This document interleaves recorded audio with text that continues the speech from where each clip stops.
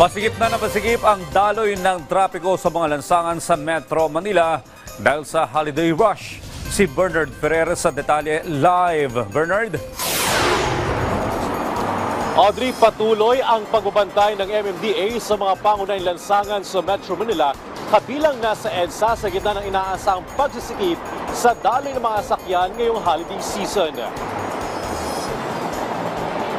Inaasang aabot hanggang 480,000 ang bilang ng mga sakyan na daraan sa EDSA kada araw mula sa mahigit 400,000.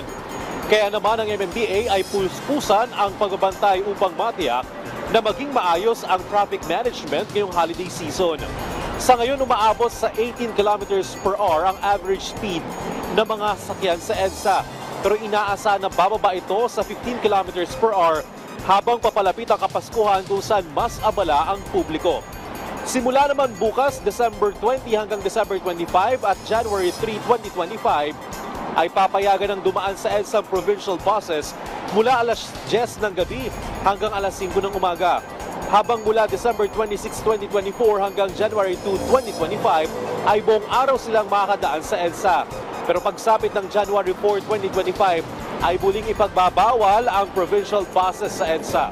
Paglilinaw ng MMDA kung ang provincial buses ay galing sa northern areas ay hanggang Cubao sa Quezon City lamang sila papayagan. Kung galing naman sa southern areas ay papayagan sila hanggang PITX sa Parañaque City at terminal sa Pasay City. Good news naman dahil binuksan na sa mga motorista ang Green Hills West Crame Connector Road na inaasang makakatulong upang maibsan ang trapiko sa San Juan City.